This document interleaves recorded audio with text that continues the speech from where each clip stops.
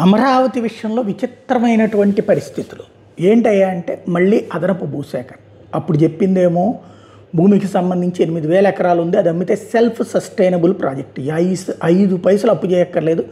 ఆ 8,000 ఎకరాలు అమ్మితే ఎకరం 20 కోట్ల రూపాయలు చెప్పిన అమ్మిన 1,60,000 కోట్లు వచ్చేసి దాంతో గట్టేయచ్చు, మేము అట్లాగే చేద్దాం అనుకున్నాము, చేయలేదని. తీరా చూస్తే అక్కడ భూమి ఏమో 2 లక్షలు 4 లక్షల రూపాయలు, ఇదే 2 కోట్లు 4 కోట్లు అంటే కొనేవాళ్ళు లేడు. అందరూ అమ్మేవాళ్ళు మాత్రం 6 కోట్లు 10 కోట్లు అనే చెప్తున్నారు, కొనేవాళ్ళు లేడు. అది ఒక ఎత్తు. దాంతోపాటు ఇప్పుడు మళ్ళీ కొత్తగా 16,500 భూమి ఎకరాలు తీసుకుంటారు.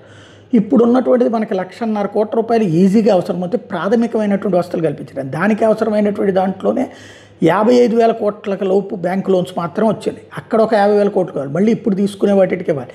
ఇంకొక ఎత్తు ఏంటంటే అక్కడ అప్పుడు తీసుకున్నటువంటి 29,000 మంది రైతుల దగ్గర నుంచి ఇప్పుడు తీసుకునేటువంటి మిగతాది కలిపితే దగ్గరగా 50,000 ఎకరాలకి ఏడాదికి 25,000 రూపాయలు చొప్పున మనం డబ్బులు కడతా ఉంటే లీజు లెక్కన, అంటే కౌలు అంటున్నాం దాన్ని, లేకపోతే వాళ్ళ త్యాగానికి ప్రతిఫలం అంటున్నాం. 10 సంవత్సరాలు అనుకుంటే ఇప్పుడు క్రిందసారి 10 జగన్ వచ్చి 15 చేశాడు. ఇప్పుడు 15 సంవత్సరాలు ఒక్కొక్క ఎకరానికి 25,000 రూపాయలు చొప్పున కడితే అప్పుడు 10 ఏళ్ళు, ఇప్పుడు 11 ఏళ్ళు అయిపోయింది, ఇప్పుడు ఇది 4 ఏళ్ళు, మళ్ళీ ఇంకో 16,000 ఎకరాలంటే ఎట్లాగా అంతంత డబ్బులు అక్కడ పోసి మనం సాధిస్తున్నది ఏంటి? క్వాంటమ్ కంప్యూటింగ్ వచ్చినా అక్కడ ఏం ఎగబడి రావట్లేదు, అట్లాగే ఇటు పక్కన ఇవి నిలబడిపోవట్లేదు.